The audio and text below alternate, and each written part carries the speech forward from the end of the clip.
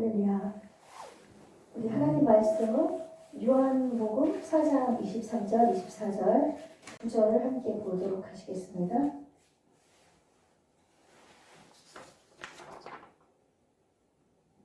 함께 봉독하시겠습니다. 아버지께 참되게 예배하는 자들은 영과 진리로 예배할 때가 오나니 곧 이때라. 아버지께서는 자기에게 이렇게 예배하는 자들을 찾으시느니라. 하나님은 영이시니 예배하는 자가 영과 진리로 예배할지니라. 아멘. 예배라는 것을 이제 그 히브리어를 그냥 그 예배를 찾아보니까 그 헬라어적인 예배를 찾아보니까 예배는 그 프로스퀴네오 해가지고 이게 뭐 하나님 앞에 뭐라고 그러니까 그냥 인간적으로는 뭐 아첨하다, 뭐 굽실거리다, 막 이런 뜻이 들어있고요. 또 여기서 보면은 키스하다, 먼저 말씀드렸죠. 키스하다. 그래서 이런 사람이 이렇게 서로 하나님 사랑하는 사람들이 키스하는 그런 키스보다는 이제 하나님은 온 우주의 주인이시기 때문에 주인 되신 하나님 앞에 이제 무릎을 꿇고 그 발 아래 엎드려서 그 마리아가 그 발에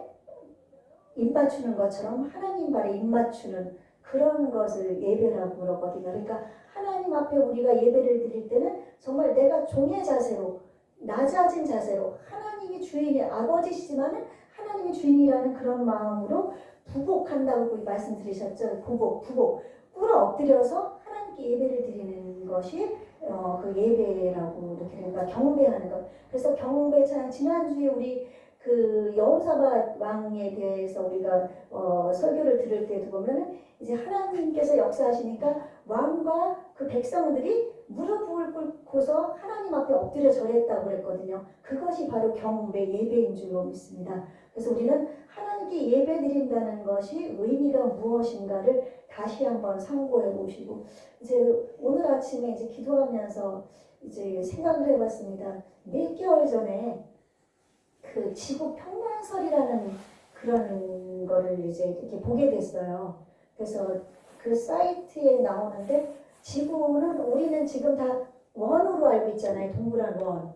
그쵸? 동그란 원으로 돼 있어서 이게 뭐 이제 지구가 자전하고 공전하고 달도 있고 그래가지고 태양도 있고 그래서 이 지구가 도는 것이 지금 우리가 느끼지는 못하지만 지구가 도는 속도가 지금 이렇게 돌고 있다고 그래요.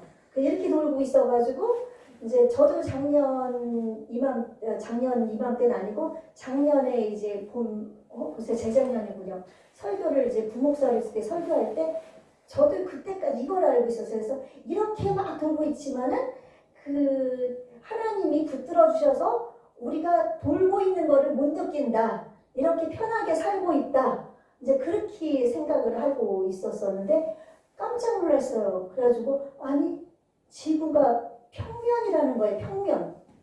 평면이어서 평평하대요. 지구가. 그래서 아니 어디서 이런 쓰잘데없는 얘기를 할까 막 그러면서 이런 이단 사설이 나오겠구만 그렇게 생각했는데 이제 우리 전상한테도 그 얘기했더니 무슨 그런 얘기를 하냐고.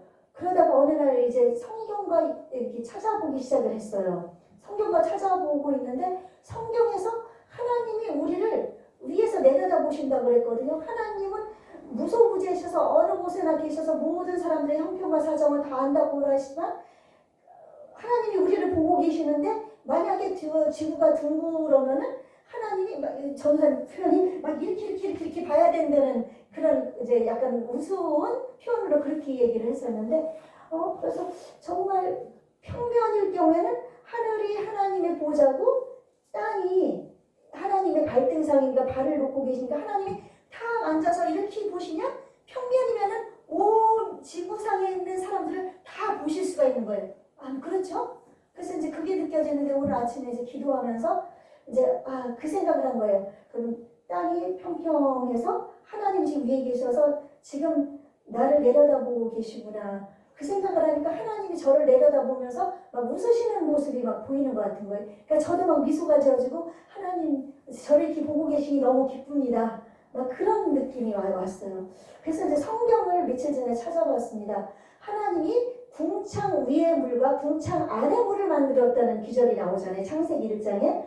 궁창이 무슨 뜻인가 하고 히브리어를 찾아봤습니다.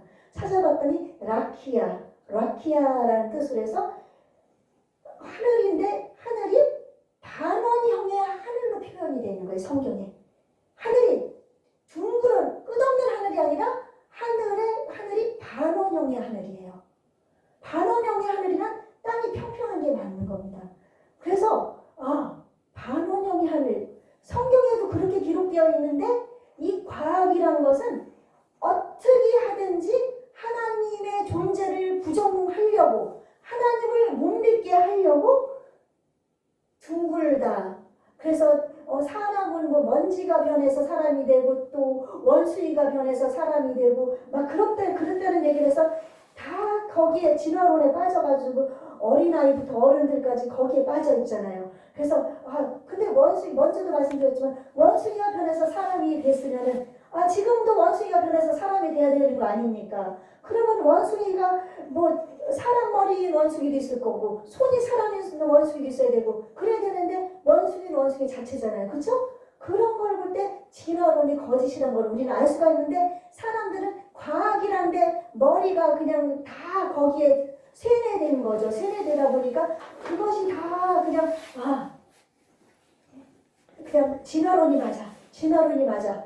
그래서 창조론은 이거를 꾸며낸 거야. 이스라엘의 역사야. 막 그러면서 이제 부정하는 거예요. 그래서 말씀드렸다시피 하나님이 살아계신 것을 사람들이 일부러 잊으려고 한다고. 그래서 믿지 않으려고 그러는 거거든요. 그러다 보니까 과학을 갖다가 자꾸 수학에 뭐가 있습니까? 수학에 탄젠트, 코사인 이런 것들이 막 나오는데 그런 건 우리 살아가는데 아무런 소용이 없는 거예요.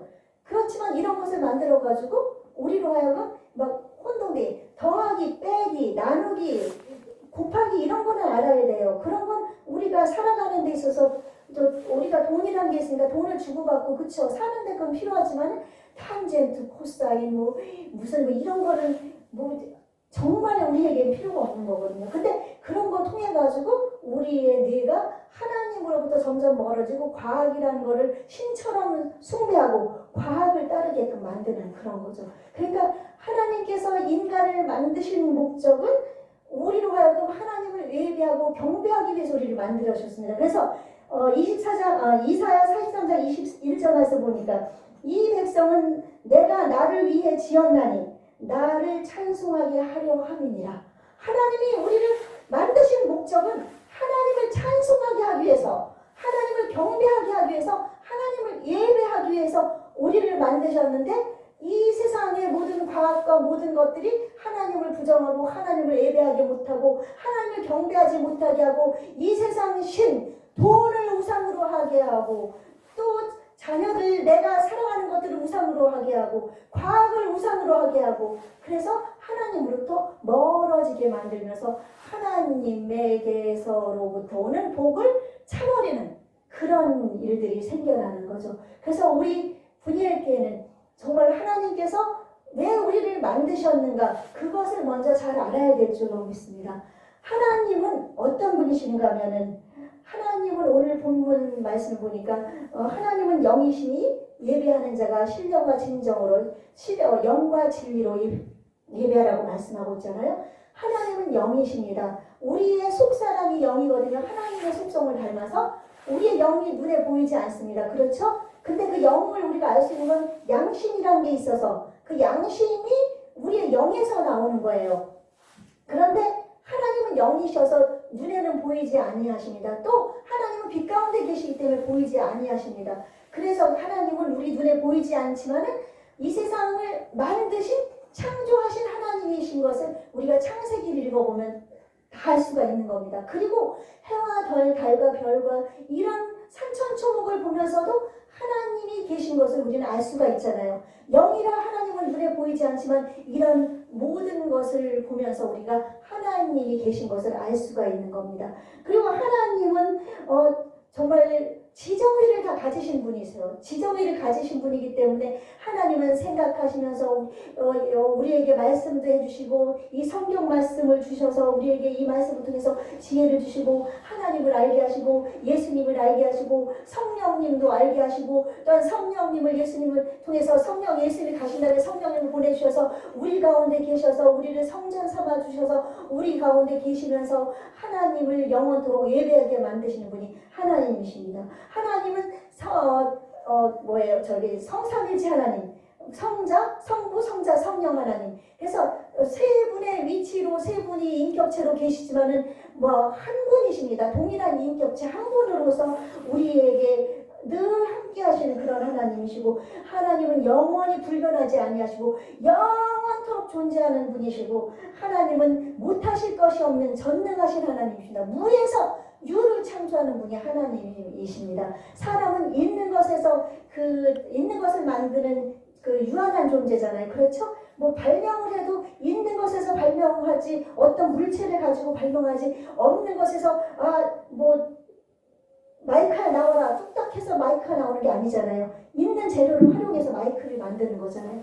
재료를. 그러나 하나님은 아무것도 없는 상태에서 빛이 있으라 하시니까 빛이 있었고 그리고 이 땅을 하늘을 만드시고 땅을 만드시고 또 하나님이 빚어서 또 동물도 만드시고 사람도 만드시고 하나님은 이런 놀라우신 능력의 하나님이신 줄로 분명히 믿습니다. 그리고 하나님은 진리이시고 또한 생명이시고 또한 영원한 사랑이시고 그래서 하나님은 사랑이라는 것 때문에 사람들이 사랑의 하나님만 생각하지만 하나님은 또한 우리를 심판하시는 그런 공의 하나님이신 줄로 믿습니다. 무조건 사랑하시는 것이 아니라 잘못된 길로 간다든지 하나님 뜻에 어긋날 때 하나님께서는 심판하시면서 그걸 깨닫게 하시면서 하나님은 하나님께로 돌아오게 만들지 그냥 내버려 두시는 그런 하나님이 아니십니다.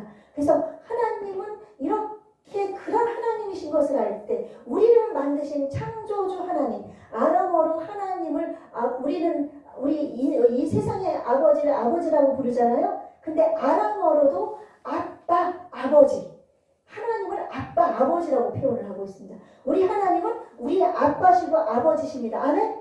그렇기 때문에 아빠와 아버지이기 때문에 우리에게 친근감도 있고 그러나 하나님이 아빠와 아버지시지만 전능하신 우리를 만드신 창조주 주인 하나님이시기 때문에 우리가 경배하고 하나님 앞에 무릎을 꿇고 하나님 앞에 절하고 하나님 앞에 하나님 발에 정말 뽀뽀하면서 하나님을 높이는 것이 우리의 올바른 도리인 줄로 믿습니다. 그러므로 그 하나님인 것을 믿고 우리는 당연히 예배를 해야 하는 것이 우리의 도리인 줄로 믿습니다. 그래서 에베소서 1장 4절에서 6절을 한번 제가 읽어보도록 하겠습니다. 에베소서 1장 4절에서 6절 보니까 고 창세전에 그리스도 안에서 우리를 택하사 우리로 사랑 안에서 그 앞에 거룩하고 흠이 없게 하시려고 그 기쁘신 뜻대로 우리를 예정하사 예수 그리스도로 말미암아 자기의 아들들이 되게 하셨으니 그래서 아빠 아버지라고 부를 수 있는 겁니다. 이는 그가 사랑하시는 자 안에서 우리에게 거저 주시는 바 그의 은혜의 영광을 찬송하게 하려는 것이라. 아멘? 아멘. 네. 하나님 우리를 부르신 것은 하나님의 은혜를 찬송하고 하나님의 은혜 한번 생각해 보십시오. 그 지옥의 불못은 영원히 꺼지지 않는 타오르는 불꽃입니다. 그곳은 죽을 수도 없습니다. 한번 죽은 육신이기 때문에 죽을 수도 없고 다시 나올 수도 없고 거기서 회개할 수도 없습니다. 그 고통스러운 불못에서 이 종이도 타지 않아요. 종이도 타지 않는 그런 불못에서 영원히 고통을 당하면서 살아야 될 우리를 하나님의 한 분 예수 그리스도 성자 예수님을 우리에게 보내주셔서 우리를 위해 대신 병낫게 하게 채찍에 맞게 하시고 우리의 저주를 속량하기 위해서 그 가시관을 쓰시고 또 우리를 그 지옥의 불못에서 건지기 위해서 십자가에 못 박혀 죽으시고 그 극형을 당하게 하셔서 부활 승천하셔서 하나님 보좌 우편에 앉아 계시고 다시 오시게 하셔서 우리를 영원한 하나님의 나라에 변개치 아니하는 정말 없어지지 아니하는 그 그 나라에서 하나님과 함께 영영 세세토록 죽지 않고 눈물도 없고 고통도 없고 이별도 없고 슬픔도 없고 죄도 없고 아픔도 없는 그곳에서 영원히 살게 하시는 그 하나님의 은혜, 그거를 생각하면요, 우리 이 목숨이 이 한 개 가지고 부족합니다. 그렇죠? 우리 목숨이 수천 개 수만 개 있어서 이거를 다 없애버린다 할지라도 그 하나님의 은혜는 우리는 갚을 수가 없는 줄로 믿습니다. 하나님은 그런 사랑을 우리에게 베풀어 주셨으니까 그 하나님을 우리가 어찌 경배하지 않을 수가 있겠습니까? 그 하나님을 어떻게 우리가 예배하지 않을 수가 있겠습니까? 아멘. 우리는 그 하나님을 우리가 예배를 영원토록 해야 될 줄로 믿습니다. 그래서 우리는 근데 예배를 사람들은 다 교회 예배당에 나와서 하나님을 찬송하고 기도하고 그냥 말씀 듣고 이렇게 가는 것만으로 생각하는 사람들이 너무나 많습니다. 그러나 그것이 다 예배가 아닙니다. 예배는 우리 삶이 예배가 되어야 될 줄로 믿습니다. 로마서 12장 1절에 보면은 너희 몸을 하나님이 기뻐하시는 거룩한 산제사로 드리라고 했습니다. 우리의 몸을 우리가 이 세상 살아가면서도 하나님 앞에 산제물처럼 하나님을 예배하면서 살아가는 그런 말씀입니다. 그래서 그 산제사라고 표현한 거는 이제 옛날 구약의 제사를 표현했지만 지금은 그 제사가 예수님이 십자가에 죽으실 때 7cm에서 10cm 되는 그 휘장이 갈라지면서 지성소 대제사장밖에 못 들어간 대제사장도로 죄를 지은 대제사장이면은 그 속에 들어가자마자 죽습니다. 죽는데 그래서 하나님은 거룩한 분이시기 때문에 거룩한, 그래서 그 지성소에 들어가기 전에 자기 죄를 다 어린 양의 피로 죄를 씻고 깨끗해진 상태에서 지성소에 들어가지 그냥 들어가는 것이 아니거든요. 그래서 그 지성소에서 정말 들어가서 그곳에서 하나님께 경배할 수 있는 그 대제사장만의 특권이지만 예수님이 우리를 대신해서 죽어줌으로 성전 휘장이 찢어지고 우리가 제사장이 돼서 우리가 하나님께 나와 예배를 드리고 또한 우리가 하나님 앞에 산제사로 예배를 드리고, 그렇죠? 우리는 이것을 매일같이 강조해도 우리는 부족한 줄로 믿습니다. 우리가 산제물이 우리가 예수님이 산제물이 돼서 우리의 그 죄를 대신했다는 것, 그걸 잊지 않냐고. 우리가 지성소에 들어와서 우리가 하나님이 성령을 예수님이 가시면서 보내주신 성령이 우리 가운데 있어서 우리가 성전이 돼가지고 우리가 성소가 돼서 우리는 움직이는 성전, 움직이는 교회라고 그랬잖아요. 그래서 우리는 다니는 곳마다 우리가 움직이는 교회로서 하나님을 예배하면 우리 이 세상이 정말 하나님이 기뻐하는 세상으로 바뀌지 않을까요? 그렇죠? 그러니까 우리는 산제사로 빛으로서 소금으로서 우리가 산제물로서 우리가 다니면서 하나님께 예배하는 삶을 살아야 될 줄로 믿습니다. 초대교회 때는 이제 예배를 이제 드릴 때 오순절 마가의 다락방에서부터 이 교회가 시작됐습니다. 예수님이 승천하시고 나서 너희는 내게 들은 바 아버지 약속하신 것을 기다리라. 나는 요한은 물론 세례를 베풀었지만 너희는 몇 날이 못 돼서 성령으로 세례를 받으리라 말씀하시고 나서 예수님이 500명의 제자가 보는 데서 하늘나라로 승천을 하셨습니다. 승천하시고서 이제 10일이 지났을 때 500명 중에서 380명은 다 무서워서 도망가고 120명이 마가의 다락방에서 간절히 예수님이 주신 약속하신 성령을 기다리면서 기도했을 때 성령님이 그 안에 불의 혀같이 갈라지는 현상, 급한 강한 바람 같은 현상이 일어나면서 방언하고 그러면서 그곳에 성령님이 임함으로 말미암아 이제 성령이 각 사람에게서 우리가 다 성전이 됐습니다. 그래서 그때부터 하나님의 은사가 나타나고 하나님의 능력이 나타나고 예수님이 가시기 전에 하신 말씀, 내가 가는 것이 너희에게 유익이라.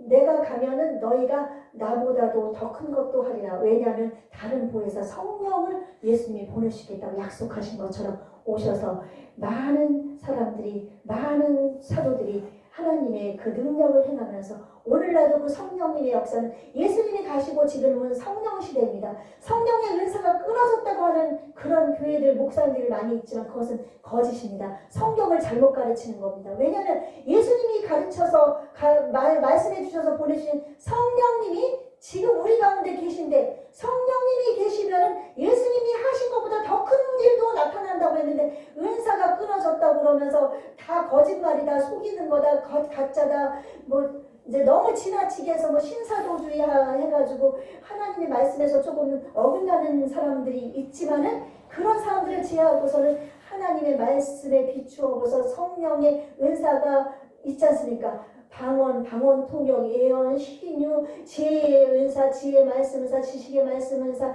영분별의 은사, 병 고치는 은사, 믿음의 은사, 능력 행함의 은사, 9가지 은사가 나타나거든요. 오늘날에도 이 은사들이 지금 각 곳에서 나타나고 있습니다. 아멘? 왜냐하면 성령님의 역사가 지금도 임하고 있기 때문에 그것은 하나님이 약속인 성경에 기록된 대로 이 성경 말씀은 무효합니다. 하나도 잘못된 것이 없습니다. 이 성경 말씀은 진리입니다. 변개치 않은 하나님 말씀이기 때문에 말씀 그대로 다 이루어지는 것인 줄 믿습니다. 그래서 우리는 그 말씀을 믿고 나아가면 그 믿음의 은사 속에서도 하나님은 병도 고쳐주시고 믿음의 은사를 통해서도 하나님의 역사를 이루십니다. 그 믿음의 은사. 그래서 병 고치는 은사를 가진 사람이 특별히 있는가 하면 믿음의 은사로서도 하나님은 역사하십니다. 그래서 이 산더러 들려 저 바다로 던지우라 하여도 던질 것이요 믿음이 겨자씨만큼 살아있는 믿음이 있을 때 아멘? 아멘. 그러므로 믿음의 은사 또한 믿음 이런 것들 다 그것이 있었습니다. 그래서 이제 그 나가의 다락방에 임하셨던 성령님의 역사로 교회가 시작된데 이 교회는 에클레시아에서 이제 사람들을 불러 모아서 예수님께 교회를 불러 모은 그러니까 세상 밖에서 세상 교회로 데려오는 거예요. 그래서 죄졌던 사람들이 하나님께로 돌아와서 이제 그들이 구원을 받는 거거든요. 그래서 밖으로 나아가서 전도해서 다시 불러 모을 수도 있는 거고 그렇죠? 그래서 그 교회는 외형적인 교회예요. 사람은 이제 어떤 형식적인 것 이런 것에 갇혀있기를 좋아하다 보니까 이제 초대교회 때는 교회가 이렇게 특별하게 이제 그 유대인들이 회당이라든지 이런 데서 이제 모여서 공부를 하긴 했지만은 이렇게 우리 오늘날처럼 막 이렇게 교회라고 특별하게 정해져 있지가 않았습니다. 그래서 고넬료 백부장 고넬료 집에서 그곳에서도 예배를 드렸었고 또 브루스길라 아굴라 아시죠? 사도 바울을 도와줬던 그 두 사람의 집에서도 교회는 시작이 됐고 그러면서 어느 곳이든 가는 곳마다 모이면 그곳이 교회가 됐거든요. 그러므로 말미암아 우리가 이제 그래서 초대교회 때는 그렇게 시작돼서 예배가 그렇게 돼 있어서 예배를 드릴 때 이제 순서가 정해졌죠. 그래서 오늘날 이제 그때는 이제 설교하고 또 성경 봉독 시간이 있었습니다. 그래서 또 그리고 기도 시간이 있었고 찬송 시간이 있었고 신앙 고백 그렇게 있었는데 이 설교는 그 당시는 이제 성경이 이렇게 나오기 전이거든요. 나오기 전이니까 사도들을 통해서 예수님의 하신 일을 설교로 했습니다. 그래서 예수님의 사역을 예수님이 이 땅에 오신 이유 예수님이 이 땅에 하신 일들을 설교함으로 그걸로 인해서 성도들이 은혜를 받고 그리고 성경 봉독도 이 신약 성경이 나오기 전이었기 때문에 구약 성경을 이렇게 봉독을 했습니다. 구약 성경을 봉독하고 있었고 사도시대 때 그리고 이제 이 성경이 나오면서부터는 이제 그 사도들의 그 편지 그러니까 바울 사도가 쓴 서신이 13개 되거든요. 그래서 신약 성경의 반 정도를 사도 바울이 기록을 했습니다. 편지로. 그래서 이 사도들의 편지 그때는 성경이 되기 전에 편지였었거든요. 하나님이 성령의 감동하심을 주셔서 그 교회들의 문제, 신앙을 돈독하게 하기 위해서 바울이나 요한이나 베드로를 통해서 이렇게 서신을 쓰게 만들었거든요. 그래서 이거를 이제 봉독을 했었습니다. 그리고 이제 기도도 역시 이제 간절히 기도하는 본인들의 간구하는 것 또한 중보기도 남을 위해서 하는 기도 하나님이 기뻐하시는 줄 믿습니다. 그래서 중보기도 또 하나님은 감사 기도를 좋아하십니다. 항상 우리는 감사해야 될 줄 믿습니다. 어떤 형편이든지 힘들고 어려울 때라든지 감사하는 마음을 잊지 않을 때 하나님이 기뻐하시는 줄 믿습니다. 이렇게 저도 이제 이렇게 내려와서 가족들이 주위에 있다 보면은 이제 동생이라는 그런 이름 때문에 이제 좀 이렇게 어려움을 당하는 경우도 간혹가다 있거든요. 그럴 때도 하나님께서 영혼을 사랑해 주셔서 인도해 주시기를 바라는 마음으로 감사를 하니까 하나님이 금방 합력해서 선을 이루어주시고 바꿔주시는 것을 제가 종종 느낍니다. 그래서 하나님께 감사하는 것, 환경을 바라보지 않냐고 하나님의 이름만 높이는 게 중요하구나. 그리고 우리가 예배를 드릴 때 삶제사로 삶에서 예배를 드리라고 말씀드렸잖아요. 하나님이 지금 우리 앞에 계십니다. 아멘? 왜냐 발등상으로 지금 발이 하나님 바라보고 계시고 하나님이 지금 이렇게 보고 계신 거예요. 저도 너무 기뻐요. 하나님이 이렇게 미소 지면서 보고 계시는 모습이 막 생각나니까 너무너무 기쁜 거예요. 너무너무 기쁜데 지금 하나님이 지금 나를 보고 있다 생각하면 우리가 죄를 짓고 살 수가 없습니다. 나쁜 생각을 할 수가 없습니다. 하나님이 보고 계시는데 어떻게 말을 함부로 할 수 있겠습니까? 나쁜 생각을 할 수 있겠습니까? 누가 나한테 뭐라 한다고 해서 막 화를 낼 수가 있겠습니까? 그렇죠? 하나님이 지금 나를 보고 지켜보고 계셔요. 이렇게 지켜보고 있으신데 그러니까 사람들이 하나님이 나를 지켜보고 계시고 내 앞에 있다고 생각하면은 죄를 지을 수가 없는데, 그러니까 이 세상 사람들이 하나님 앞에 나오기를 싫어하는 것은 하나님이 없다고 생각하면 마음껏 죄를 지을 수 있지 않습니까? 자기 멋대로 살 수가 있지 않습니까? 그러니까 그들이 나오기를 거부하는 겁니다.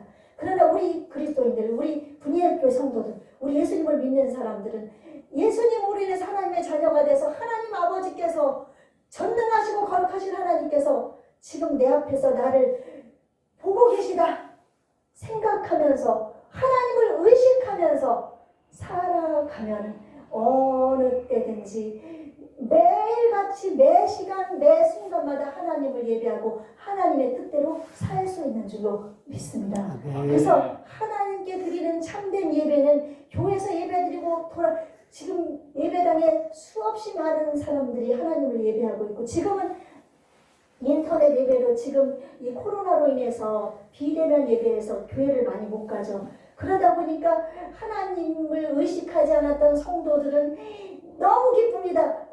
그냥 잠자다 일어나서 그냥 옷 입은 채로 인터넷 앞에 앉아있는 사람도 있는가 하면 마음껏 놀러다니다가 그곳에서 예배드리는 사람도 있고 막 그래요. 그래서 하나님을 의식하지 않았던 사람들에게는 기쁜 일이겠죠. 그러나 그 얼마나 우리가 볼 때는 슬픈 일입니까? 구원을 받지 못했다는 겁니다.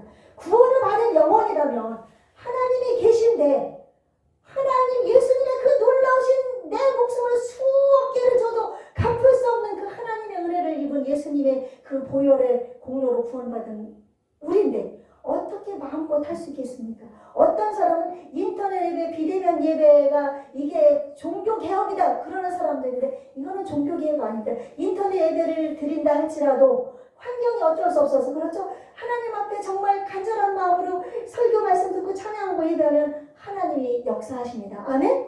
인터넷 예배를 통해 역사하십니다.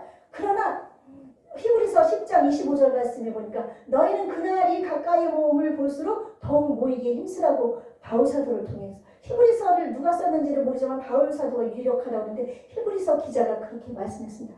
그날이 다가온다는 것은 말세를 얘기합니다. 지금 말세 중에서도 말세요. 이제 대환란이 얼마 남지 않고 예수님 오신 날이 얼마 남지 않은 이럴 때가 될수록 점점 모이기가 패해지는 겁니다. 모이기를 피하는 사람들의 습관과 같이 하지 말고 모이기 힘쓰라. 아멘? 그래서 우리가 이렇게 20% 30% 우리는 20% 30% 관계없죠. 우리 성도님들은 앉으셔도 우리는 자리가 남습니다.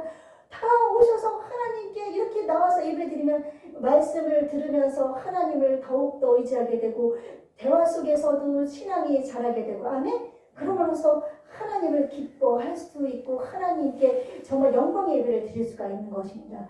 그래서 우리는 인터넷 예배를 드리는 것도 온 마음을 다해 드려서 하나님이 역사하시는 것을 바라고, 우리가 이렇게 나와서 예배를 드릴 때도 나와서 사업 때문에 나오는 사람들도 있죠. 그렇죠? 사업 때문에 나오고 또 인간관계 때문에 나오는 사람도 있고, 와서 어느 사람 보려고 나오는 사람도 있고, 어떤 사람은 그냥 이거를 통해 가지고 한 사람 또 내 사업에 동참을 시켜볼까 하는 사람, 또 이걸 만나서 어느 사람은 교회 건축을 하고 싶은데 여기 교회 열심히 나와서 교회 건축을 내가 하고 싶다. 그건 인간적인 마음이지 하나님이신 마음이 아니거든요. 그런 사람들은 올바른 신앙인, 하나님을 의식하지 않는 분인 줄로 압니다. 하나님을 의식하는 사람이라면 그런 모든 걸 다 떠나서 오로지 하나님만 기뻐하고 하나님께 나와 나는 그 하나님을 경배하리라, 정말 하나님을 예배하리라, 그런 마음으로 나와야만 정말 하나님이 기뻐하는 성도인 줄로 믿습니다. 이제 그 마태복음 5장에서 7장까지가 산상수훈이지 않습니까? 그렇죠?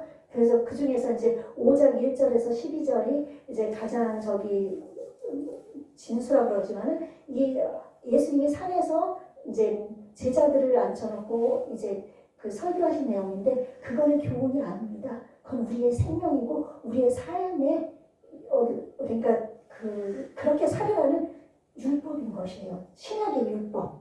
그 말씀대로 마태복음 5장에서 7장까지 5장 6절에 보면은 5장 6장에서 보면은 너는 빛이다 소금이다도 나오고 또 너희가 오리를 가자 하는 사람 있으면 십리도 가고 왼쪽 뺨을 때리면 오른뺨도 내놓으라 막 그런 기절이 쭉 나오는데 그만큼 어떻게 보면은 율법보다 더 율법입니다. 여자를 보고 음욕을 품는 자마다 그것도 범죄 천국에 못 간다고 했습니다.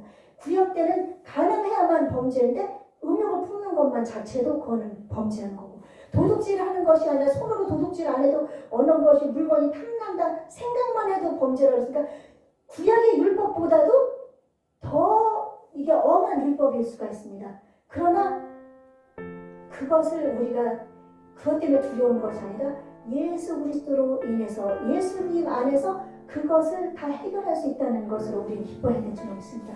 하나님은 그 산상수훈을 주심으로 말미암아 이것을 통해서 우리에게 거룩한 하나님의 성품을 닮으라고 말씀해 주신 줄로 믿습니다. 그러니까 그만큼 예수님을 믿기가 어려우면서도 예수님이 우리를 위해 대신 죽어주셨기 때문에 그 예수님의 보혈만 의지하면 이 모든 것을 해결받을 수 있기 때문에 예수님을 믿는 것이 또 쉬운 것입니다. 아멘. 그러므로 말미암아 그 예수님을 우리는 생각하면서 늘 우리의 삶 속에서 예배하는 저와 여러분 되시기를 주님의 이름으로 축원합니다.